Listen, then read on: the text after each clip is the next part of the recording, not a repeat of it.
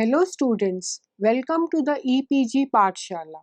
I am Renu Arora, former Head Education and Training Division, CSIR, NISCARE, New Delhi.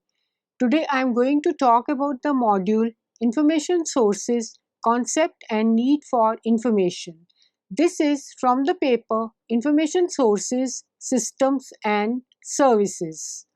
In this module, we will learn the concept and need for information for users of library and information organizations, information in its various forms, for example, books, journals, newsletters, databases, reports, etc.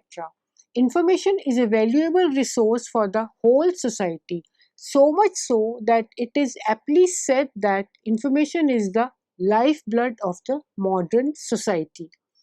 After studying this module, you will be able to get an overview of the nature, definition and concept of information, understand need for information, identify types of information sources best suited for specific information needs, differentiate between sources and resources of information, know the characteristics of information sources, identify documentary and non-documentary sources, and lastly, list the various kinds of information sources. We will begin the module by talking about what is data, information and knowledge. Usually, we talk all about these terms interchangeably. Whenever we have to say what is information, we refer to it as data or many times as knowledge. But in fact, all the three are different from each other. Data is raw facts that represent things or events that have happened. Information, on the other hand, is a product of data processing and is data that has been given meaning by way of relational connection. And lastly, let's know what is information. Data and information deal with facts and figures and knowing what to do with them, and then what to do with them requires knowledge. So therefore, we can say that knowledge is emerging from data and information. And in other words, when information is packaged or used for understanding or doing something, it is known as knowledge. So it is very clear that data, information and knowledge are three separate terms and three different aspects. This figure shows the relationship between data, information and knowledge. We have already understood what is data, what is information and how these two lead to what is knowledge all about. As we can see in this figure, data gets converted into information and from information it leads to knowledge. And from this we can conclude that data refers to raw values relating to facts, events or transactions. Information is processed data which has meaning and context, and knowledge is the use of information in a context to make decisions. In fact, when we just say some figure 2, 3, 4, it has no meaning. But the moment we say that it is age of some students, then it becomes a piece of information. And when the age of the students is applied for some useful purpose, it becomes a piece of knowledge. Let's understand the value of information in the context of information sources. As everyone is aware that in the modern society, value of information is considered to be of high value in the sense that information has plenty of value for any kind of user. For all our activities, we need information. So, in this context, information is considered as a valuable commodity because it allows information organizations to plan how to carry out their activities more effectively. For example, libraries can acquire and stock whatever their users want. when they want and can anticipate the demands of the users. Information activities can be targeted at users that the organizations know could be interested in their products and services. Actually, if information organizers are telling their users what is available, the users will definitely contact them and come to them for their products and services. This can lead to increased user satisfaction and therefore lead to complete utilization of information resources and sources. So, information has lot of value in the sense that various activities for various information requirements, we need information to carry out our work for research, etc. So, information has tremendous value. Let us now understand what is information in the context of this particular module. In fact, there are many definitions of information drawn from various sources or given by various experts. In fact, there are too many formal definitions of information, but none has universal acceptability. This is so because the term information is used differently in different contexts by different experts. In the context of information sources, some definitions of information are: information is the act of telling or imparting knowledge. Information is facts communicated or learned. Information is interpreting data to make it useful. Information is knowledge acquired from others. Information is all about facts and figures. Information is the lifeblood of society of the 21st century. Information is power. Now, if we examine all these definitions of information, we can find that, or we can understand that each one has certain importance. So, for our purpose, we may combine some of these definitions, or we may pick up whatever is relevant in our context. Let's understand the characteristics of information. Information has many characteristics. The first one is timeliness. This refers to the very fact that information should be supplied to whosoever requires in a very timely manner. If on time information is not provided, it loses its value. Besides that, whenever information is required, it should be made available immediately. Secondly, accuracy. The exact information has value. Otherwise, if information is not accurate, it's not correct, then it has no value or no relevance for the user. Thirdly, relevance. Relevance refers to the context for which a user wants the information. Many times, same information may be relevant to a lot of people, or particular information may be relevant to a particular context. So, this aspect has to be taken into consideration. Fourthly, adequacy.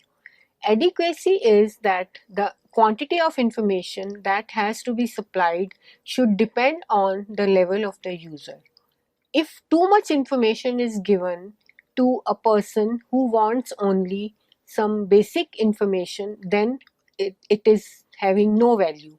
And if too little information is given to an expert, again it is of no use for the expert. So, quantity of information should be adequate. Fifthly, completeness. Whatever information is provided or made available should be complete in all aspects. Next is explicitness. Explicitness information is said to be of good quality if this does not require further analysis by the recipients for carrying out their activities. Next is impartiality. When information is provided, it should not be of any relevance to any other persons. It should be completely impartial of race, creed, caste, etc. And lastly, worth its cost. Worth its cost refers to the fact that value, total value for money has to be there for whatever information is available, because these days for asking for information or providing for information, it does cost, so it should be worth its cost. Information age. In the information age, the information professionals are involved in the creation, classification, distribution, and application of information. There is visible teamwork, interconnection, and shared information. The technological advances of the information age have made it easier for us to access the desired information from various information sources. In the information age, we can classify information on the basis of, firstly, source. That means from where the information has emerged. Secondly, nature. Nature is what kind of information is it? Thirdly, level. That is the level of the individual who requires information or level of the individual who has produced information. Fourthly, time. Time plays a very important role when we are classifying information, because outdated information has no value. Besides this, whenever some expert or some scientist wants a piece of information, it should be provided on time. Fifth one is frequency. Frequency is with which the information is being produced. Depending on the subject and the topic, we can take into account the frequency of information. Then next one is use.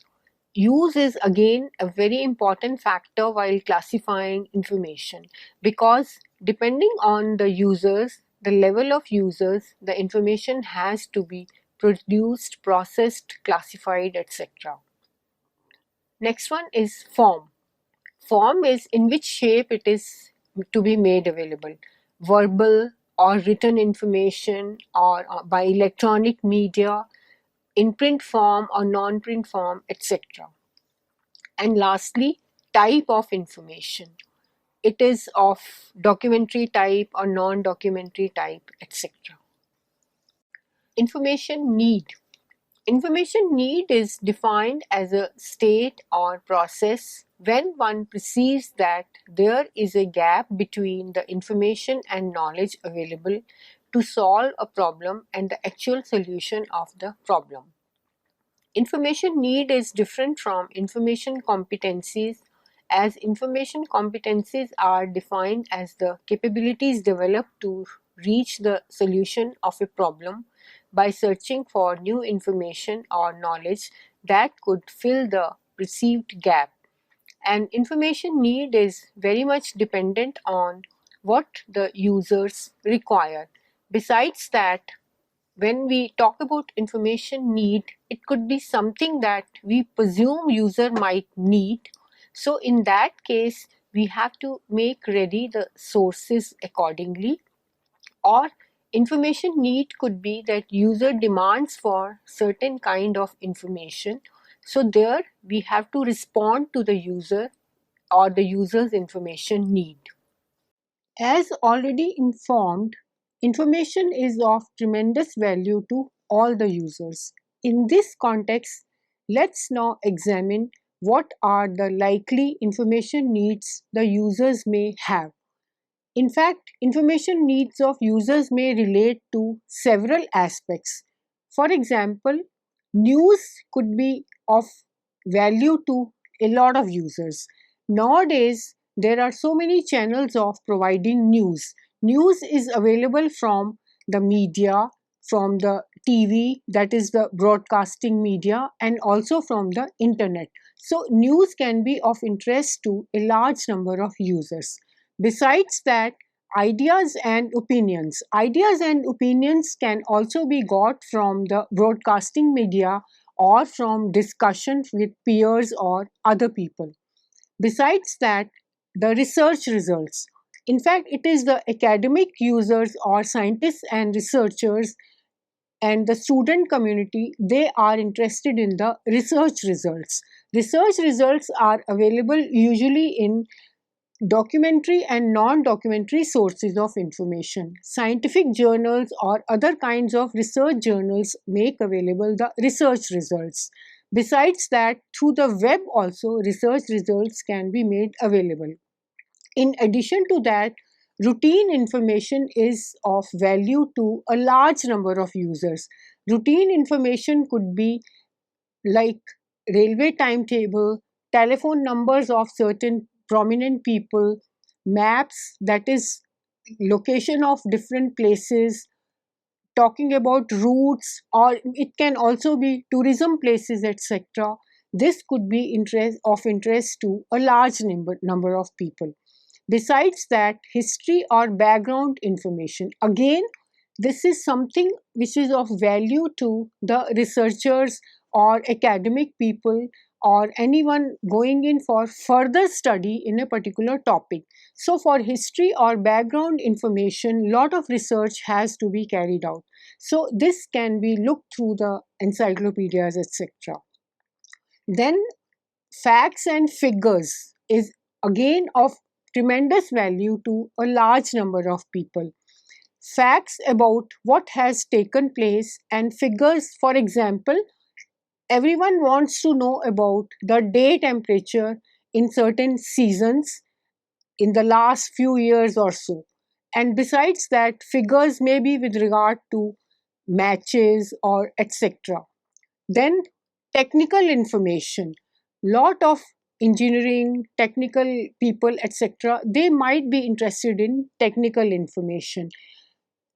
And lastly, the legal information may be of very importance to a large number of people. So information needs of users in this connection are varied and they may relate to a large number of aspects. Let's now understand what is an information source.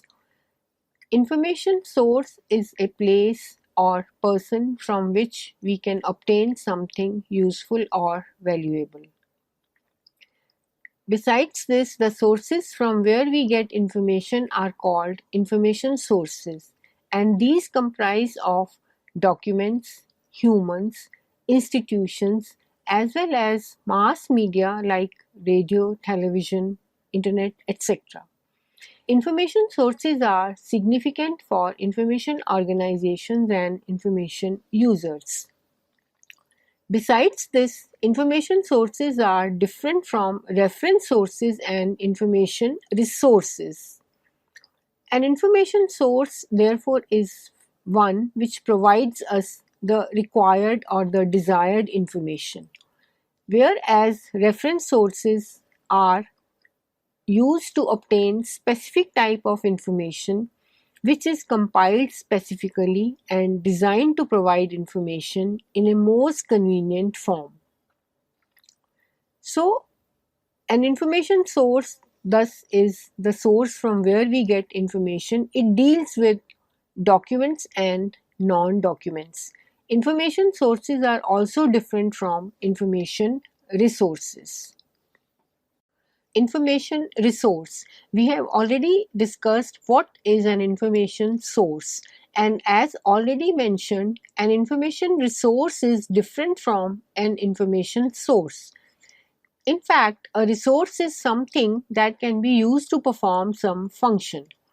An information resource is not the same as a source and is defined as a resource which can convey or describe essential characteristics of a resource in some way. The data and information assets of an organization are referred to as information resources. Information and related resources such as personnel, equipment, and information technology are also information resources of an organization. Good research involves using a variety of reliable information resources to find out facts and information about a topic. There are experts who refer to some information sources as information resources. Examples of such information resources are encyclopedias, books, articles, and websites. But otherwise, we usually talk about encyclopedias, books, etc. as information sources and categorize them according to some particular order. Let's now discuss about information overload. In fact, information overload is something which has been bothering most of us in the present day context. It refers to the very fact that there is too much of information available on a particular topic or various topics. In fact, it is due to the so much of publication activity and easy access that we have access to huge amount of data and information. So this creates a situation which is referred to as information overload. When there is information overload, users will firstly have too much of access to information and on a desired topic, and many of the users, they don't want so much information and they only want a small portion of the desired information. So they are actually overloaded with information. This situation is referred to as information overload. Then besides that, information users, they will receive so much of information on a topic, and the fact is that too much information comes so fast that it becomes a liability instead of an asset, because it is a known fact that too much of everything is also bad. So restricted amount of information, pinpointed information, information in right quantities at a right time is what is the need. So overload of information here is a real concern.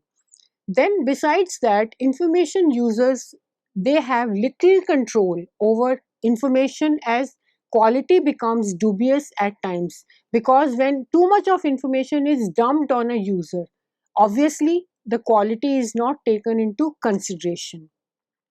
Besides this, when users cannot keep pace with the available information flow, they feel that they are lacking in their skills.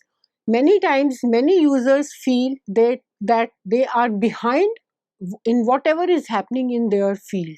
They cannot keep pace with the advancements in their own field due to too much of overflow of information. And lastly, it is due to the technological changes. The technology is changing so fast that it quickly becomes obsolete, and users cannot afford to change the technologies often. For example, if we have acquired a computer system and we have access to various databases, etc., and suddenly the technologies have changed, and it becomes very difficult to change all this overnight or even like after a certain period of time. So this also leads to the situation of information overload. So this has to be avoided. And in the context of information sources, information overload is a big problem for a large number of users. So we have to take care of providing such sources to the users that they don't feel that they are overloaded with information. Let's now understand characteristics of information sources.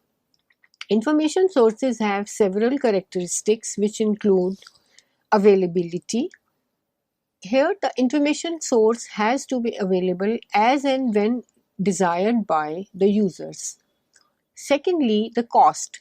Cost of the information source should be affordable to the user or to the organization which is trying to acquire it. If too much cost is placed on the information source, it will be beyond the means of most of the smaller libraries. So it will have no value. Thirdly, currency of information. Whatever source is made available, it should contain the latest information. So updation on a regular basis of the information sources is required. Then fourthly, amount of detail, that is the depth in which treatment to the topic has been given. Fifthly, breadth of the coverage. The coverage should be provided in all possible manners in the information source. Next one is reliability. As far as the information contained in the source is concerned, it should be totally reliable, and if possible, the authors of the information source should also provide proper references or the source from where the information has been taken. Then next one is the format. Format should be convenient for the users. If the users want only the printed format, then it should be available in print format, but if users want electronic format, then it should be made available in the electronic format as well. Then lastly, the medium, that is the language could be a medium, or it should be print or non-print, etc. So these characteristics of information sources have to be taken into consideration while preparing the information source. Let's now examine characteristics of information sources on the basis of available information. It could be factual or analytical, objective or subjective, primary or secondary. The factual information is a statement that can be proved. For example, 1 plus 1 is equal to 2. It is also information that will always remain the same, and no matter where you look up, it will remain the same. For example, reference sources, printed or electronic, such as dictionaries, almanacs, atlases, directories, etc. Then the analytical information. Analytical information is an interpretation of factual information. It includes interpretation or analysis of facts, often made by experts. For example, we see books, periodical articles, web pages. These contain analytical information. The objective information consists of non-judgmental or balanced reporting that presents all sides of a topic, including basic facts. For example, encyclopedias or handbooks. These can be in books, in articles or web pages, but the source must be carefully evaluated first. Regarding the subjective information, it means that only one point of view is represented. It expresses opinions or judgments which are based on individuals' personal expression on a topic rather than external factors. For example, books published on basis of individual authors' experience, research results of viewpoints, etc. Then the primary information, it represents information in its original form. It has not been edited, interpreted, evaluated, or translated in any manner, which might result in a change from the original information, hence the name primary information. Examples are novels, poems, patents, other documents, diaries, government documents, etc. And lastly, the secondary information. This is information removed in some way from its original form. It represents restatements, interpretations of the original, translation, or analysis of information from one or more primary sources. Examples are scholarly or popular books and articles, reference books and textbooks, etc. Now we come to types of information sources. In modern times, information sources have been divided into three categories, or we can say there are three types of information sources. These can be published or unpublished, in print or in electronic form, and all recorded sources of information, irrespective of their content and form, usually come under documentary sources. So, documentary sources therefore forms the first type or the first category of information sources. The documentary sources can be categorized as primary, secondary, and tertiary sources on the basis of appearance of information. In primary sources, information appears first, secondary sources comes out next, and tertiary sources are the last to appear.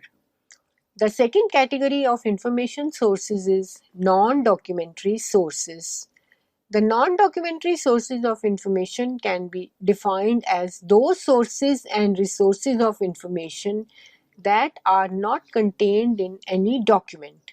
The non-documentary sources comprise of formal and informal sources.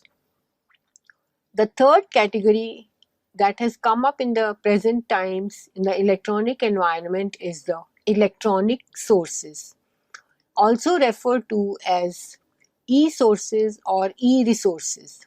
So an electronic source is material which requires computer mediation in order to access its contents and make it useful. Both online and offline resources such as online material and CD-ROMs or DVDs etc. fall within the scope of e-resources. In this module, we will further discuss the different types of information sources. Documentary sources. We can categorize documentary sources as primary, secondary, and tertiary. As you can see in this figure, the categorization is given and all the three levels are considered to be at par with each other. Research is based initially on the analysis of primary sources, guided by the perspectives on the topic which already existed via secondary sources, and the tertiary sources only provide a general overview of the topic. In fact, when we want to look for certain piece of information, usually we go the other way around. That is, we start from a tertiary source. From the tertiary source, we try to find out the relevant listed secondary sources. Then when we go to the secondary source will provide information about the available primary sources of information on the topic, and it is the primary source of information that will give the desired information on the certain topic. Non-documentary sources of information. As you can see in the figure, non-documentary sources of information can be categorized as institutions or organizations, humans, mass media, internet. The organizations as sources of information include academic institutions, government ministries and departments, research and development organizations, societies, publishing houses, international and national agencies, etc. The human resources are usually the experts, consultants, resource persons, extension workers, and even the common human beings. Mass media refers to any means of public communication that can reach a large audience. Examples of the mass media include the internet, television, and radio. Magazines and newspapers are also considered to be mass media. Internet is another very important source of information. Internet is interactive digital media and is different from the traditional media such as print and television. World Wide Web, that is WWW, also called the web, is collection of websites on the internet and offers information on almost all the topics. The other details of non-documentary sources will be covered in the module on non-documentary sources. Let's understand about electronic sources of information. Electronic sources of information are available as electronic books or popularly referred to as e-books. These are just like the printed books but available in e-format. Then there are the online journals or e-journals or electronic journals. These are also like the printed journals, but only thing is that these are available on your computer screen, etc., and available through the internet. There are web pages, which is again an electronic source. Then there are full text databases and also other listing of databases. Then there are CD-ROMs, again these are electronic sources, and then there are DVDs, online in full text, and online public access catalogs, popularly referred to as OPACs. Managing a collection of electronic information resources is quite different from managing a collection of non-electronic information sources. Unlike a book, computer equipment and networks are needed to access electronic information. Digital format of traditional information sources is available as print format, books, periodical articles, pamphlets, dissertations and theses, maps, government documents, etc., printed references, and library catalogs. In fact, here the libraries provide a number of tools to identify specific sources of information. These are referred to as information access tools. These are known as access tools and they fall into various categories. The three broad categories of access tools usually used to find the desired information sources are library catalogs, printed indexes and databases, web indexes, and search engines. The strategies for locating specific information sources vary depending on the access tools needed to find them. Generally, we may need to use more than one access tool because well-balanced information activities usually require information from various kinds of sources.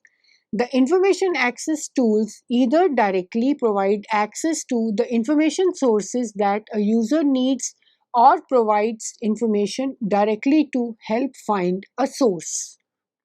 In this figure, you can see relation between information, information sources and information access tools. As you can see here, we begin with information. There is many kinds of information and it could be facts, popular opinion, biographies, research, product information, etc. This information is found contained in information sources. Information sources are books, journals, encyclopedias, databases, directories, etc.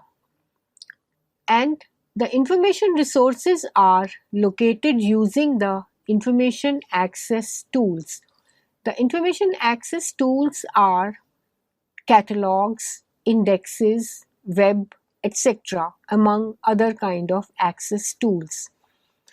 So we find different kinds of information in different types of information sources. For example, research related information is most likely to be found in scholarly journals. Different types of information sources use different access tools to locate the information source. For example, journal articles are located by using indexes and databases. Lastly, we come to identifying appropriate information sources. Many kinds of information is found in more than one type of source. To help determine which type of source is most likely to contain the information a user requires, the following questions are required to be asked. Firstly, how broad or narrow a focus is needed. Here we are looking for a broad overview of a topic, or we don't need highly specific information that covers a narrow topic in great detail. Encyclopedia articles will give a broad view of the topic. Books will also give a broad view of the topic but in considerably greater detail and may summarize the published information on required topic. Journal articles usually give very specific aspects of the topic. Often we will need a mixture of encyclopedias, books, and periodical articles to find the desired information. Second question that needs to be asked is what level of information is needed? Do we need in-depth research by an expert in the field, or do we require information written in common terms? If we need in-depth research or technical information, we have to select scholarly journals. If journal information on a topic is required, then an article written for the educated lay persons in substantial news or general interest publications, etc., can be used. Third question is how current does the information need to be? Here we are researching a current topic, or is the information we need several years or even decades old? Currency can be a deciding factor in determining or identifying the best possible source for information. We can think of currency as a continuum with different types of information sources falling at different points in the continuum. For example, for 1 week old information, look for websites, newspapers, etc. For month old information, look for monthly journals. And year-old information can be found in yearbooks, almanacs. And for older information, we may look for books, encyclopedias, annual reviews, etc. The fourth question that needs to be asked is, do we need specialized information? Yes, at times we do need specialized information such as statistics, maps or diagrams or address for people or the manufacturer of a product. These special kinds of factual information is most often found in atlases, yearbooks, almanacs, directories, or government documents. A factual information can change rapidly. We have to pay close attention to the publication date. And last question to be asked here is, do we need primary, secondary, or tertiary information? Sometimes we need information that is only available from the original, that is the primary source. Many times secondary materials are raw data and primary sources are which have been analyzed and organized into proper manner. Tertiary information is many times a commentary or opinion about a given topic based on or quoting primary and secondary source. So we have to see what kind of topic is under consideration. So in this module, we have discussed about the information sources, their needs, why we have to avoid information overload, etc. So in the end, we will see what we have discussed in this module. We have discussed the nature, definition, and concept of information. Information sources can be documentary, non-documentary, and electronic sources of information. Many kinds of information are found in more than one type of source. Libraries provide a number of tools to identify specific sources of information. Thank you.